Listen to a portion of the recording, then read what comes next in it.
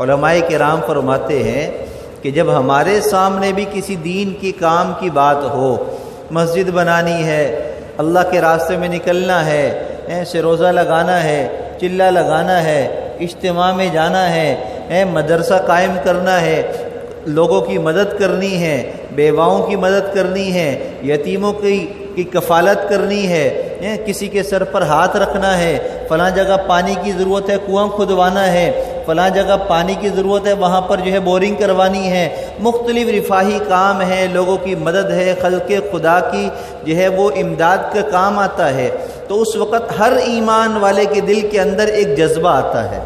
کیا آتا ہے؟ جذبہ، جس کو کہتے ہیں نیکی کا جذبہ، کہ دل میں آتا ہے میں بھی کروں یہ، کہ میں بھی کروں یہ نیکی۔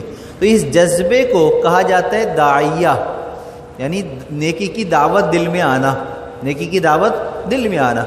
اب یہاں علماء نے بڑا عجیب نکتہ لکھا۔ علماء کرام فرماتے ہیں کہ نیکی کی دعوت دل میں آنا، نیکی کا جذبہ دل میں آنا، یہ کوئی معمولی چیز نہیں ہے، یہ اللہ تعالیٰ کا بہت بڑا انعام ہے، بلکہ یہ اللہ کا مہمان ہے، اللہ کا مہمان ہے۔ اس لیے کہ جو انسان خلق خدا کی خدمت کرتا ہے، وہاں پر اپنی جان مال وقت تو لگاتا ہے، تو گویا کہ وہ ڈائریکٹ اللہ کی مدد کر رہا ہے۔ ان تنصروا اللہ ینصرکم ویثبت اقدامکم، وہ اللہ کی مدد کر رہا ہے۔ تو جو اللہ کی مدد کرنے کے لیے جو جذبہ آ رہا ہے، تو وہ بھی کہاں سے آ رہا ہے؟ اللہ کی طرف سے آ رہا ہے۔ تو گویا کہ یہ داعیہ دل میں آنا، نیکی کا جذبہ دل میں آنا، یہ اللہ کا مہمان ہے، اللہ کا مہمان ہے۔ اور میزبان مہمان سے جو سلوک کرتا ہے، ریٹرن وہ مہمان بھی میزبان سے ویسا ہی سلوک کرتا ہے۔ یہ دنیا کا اصول ہے۔ ہمارے گھر کوئی مہمان آ جائے، ہم اس کے پاس نہ بیٹھیں، نہ اس کو چائے پانی پوچھیں، نہ اس سے بات چیت کریں، تو وہ جانے کے بعد کیا کرے گا؟ واپس لوٹ کر نہیں آئے گا، کہے گا بھئی یہ تو منہ بھی نہیں لگاتے، یہ اس قابل نہیں ہے کہ گھر جایا جائے، اس لیے کہ مہمان تو اللہ کی رحمت ہوتی ہے، ان کو تو اللہ کی رحمت چاہیے نہیں۔ ایک بات، وہ خود بھی نہیں آئے گا۔ دوسرا، وہ دوسروں کو بھی کہے گا۔ اگر کوئی اور آئے گا تو کہے گا بھئی کس کے گھر جا رہے ہو بھائی، وہ تو منہ ہی نہیں لگاتے، وہ تو اس قابل نہیں ان کے گھر جایا جائے، یعنی دوسروں کو بھی روکے گا۔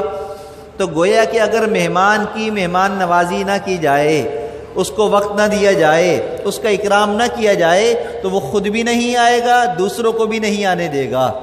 تو دین کی دعوت اور دین کا داعیہ، نیکی کا جذبہ دل میں آنا، یہ کس کا مہمان ہے؟ اللہ کا مہمان ہے۔ اور جب اس مہمان کی بات پر ہم عمل نہیں کریں گے، جذبہ آیا عمل نہیں کیا، جذبہ آیا عمل نہیں کیا، کیوں نہیں کیا؟ چلو بعد میں کریں گے، نفس نے بہکا دیا، شیطان نے پھسلا دیا کہ چھوڑو ابھی نہیں، ابھی تو پیسوں کی ضرورت ہے، بعد میں کر لینا، ابھی بچی کی شادی کا مسئلہ ہے، بعد میں خرچ کر لینا، ابھی یہ فلاں مسئلہ ہے، بعد میں کر لینا، ابھی تو وقت پڑا ہے، بعد میں کر لینا۔ یہ جو جذبہ ہے کہ جیسے ہی دل میں نیکی کا جذبہ آیا اور فوراً جو ہے اس کو ٹال دیا، اس کو دور کر دیا، بعد کے لیے اس کو چھوڑ دیا، تو گویا کہ ایسا ہے جیسے اللہ کا مہمان آیا اور آپ نے اس کو رد کر دیا، آپ نے اس کو دھتکار دیا۔ اب یہ جذبہ جب واپس لوٹے گا تو نیکی کو ساتھ لے کر جائے گا، پھر وہ نیکی کی توفیق نہیں ملے گی۔ اسی لیے صحابہ کرام رضوان اللہ علیہ مجمعین پہلی ہی بات پر لبیک کہا کرتے تھے، کہیں ایسا نہ ہو یہ جذبہ ہم سے دور ہو جائے، یہ اللہ کے مہمان کی بے کرامی ہو جائے۔ پہلی مرتبہ ہی نبی کریم صلی اللہ علیہ وسلم کی ایک ہی صدا پر، ایک ہی ندا پر، ایک ہی مرتبہ کہنے پر فوراً صحابہ کرام کھڑے ہو جاتے، فوراً صحابہ کرام۔ وہ ایک مرتبہ جو ہے ایک موقع تھا، آپ نے جو ہے اعلان فرمایا کہ یہ اس کی خدمت کون کرے گا، اس بندے کی مہمان نوازی کون کرے گا؟ تو ایک صحابی جنت کا وعدہ بھی آپ کر رہے ہیں، بڑی بڑی فضیلت بھی بیان فرما رہے ہیں، تو ایک صحابی حضرت عکاشہ رضی اللہ تعالیٰ عنہ، وہ کھڑے ہو گئے، فوراً کھڑے ہو گئے، فرمایا یا رسول اللہ میں کروں گا۔ اللہ کے محبوب صلی اللہ علیہ وسلم نے فرمایا کہ چلو صحیح ہے، اس مہمان کو لے جاؤ۔ انہوں نے فوراً اپنے آپ کو پیش کر دیا۔ ان کے فوراً بعد ہی ایک لمحہ انتظار کیے بغیر دوسرے صحابی کھڑے ہو گئے، فرمایا کہ یا رسول اللہ میں بھی تیار ہوں۔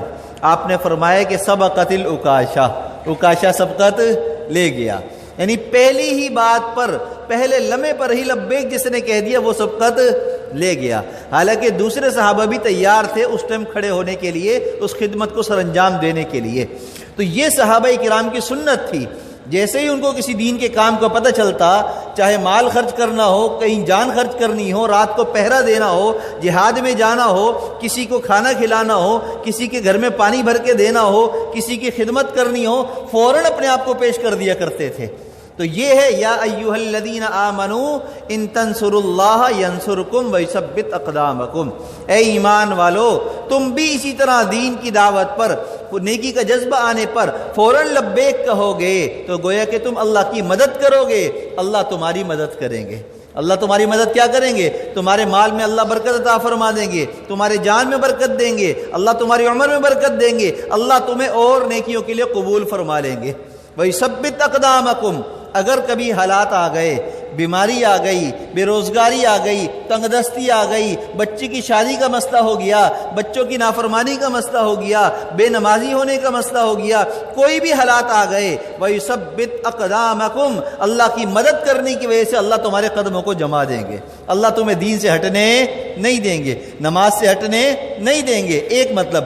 دوسرا مطلب مفسرین یہ فرماتے ہیں وَيُثَبِّتْ أَقْدَامَكُمْ کا مطلب ہے اللہ کل قیامت کے دن، جس دن ہر شخص پریشان ہوگا اور وہ چاہے گا میں پل صراط پہ سے گزر جاؤں اور جہنم میں نہ گرایا جاؤں، جہنم کی طرف نہ دھکیلا جاؤں، تو دنیا میں جو اللہ کی مدد کرتے رہے، اللہ کے دین پر عمل کرتے رہے، اللہ کے دین کے لیے دعوت دیتے رہے، اللہ کے دین کو پھیلاتے رہے، مساجد، مدارس، خانقاہیں، جہاد فی سبیل اللہ میں مال خرچ کرتے رہے، اللہ ان کے قدموں کو وہاں پر جمائے گا، پل صراط پہ سے بجلی کی تیزی کی طرح گزر جائیں گے، ان کے قدم ڈگمگائیں گے نہیں، ان کے دل میں وسوسے اور ڈر باقی نہیں رہیں گے۔ یہ ہے ان تنصروا اللہ ینصرکم ویثبت اقدامکم، کہ تم اللہ کی مدد کرو، اللہ تمہاری مدد کریں گے۔ تم اللہ کی مدد کیسے کرو؟ دین پر عمل کر کے، دین کی دعوت کو پھیلا کر۔ دیکھیے دو لفظ